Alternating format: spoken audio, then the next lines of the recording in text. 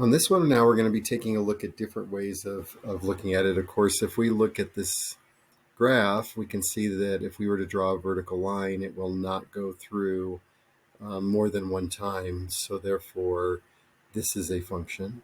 Notice here for every x, there's only one y value on these. So this mapping is telling me that this is a function. So those two are functions in that case. So now we want to identify functions. And so when we're looking at identifying functions, we look at the map. So notice here, 2 is paired with 5, 3 is paired with 5, and with 0 right away, I know that is not a function.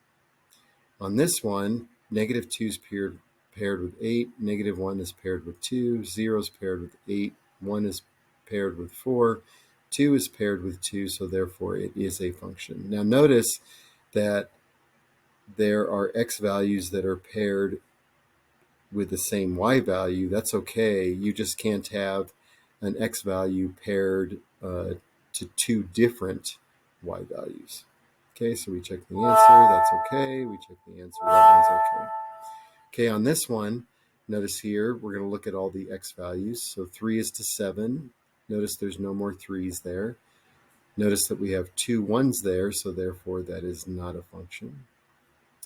Notice here we have all different x values. Okay, and as long as I have different x values, I don't even really have to worry about what these values are, so I know right away that is a function. And that was a function. Okay, and so that's what we have for those.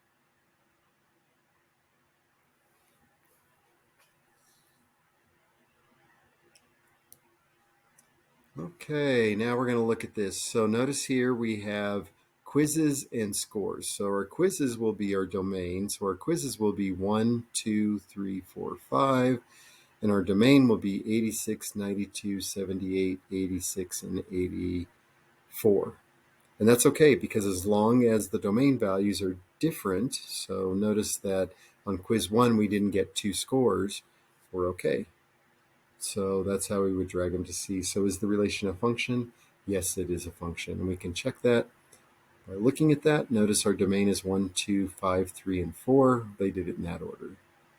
Oh, 1, 2, 5. I don't know why they put 5, 3, and 4. I would have put 3, 4, and 5. And then we have 86, 78, 92, and 84. And of course, we only have 4 numbers here because we have a repeated number in the range. As long as we don't have a repeated number in the domain, it is going to be a function.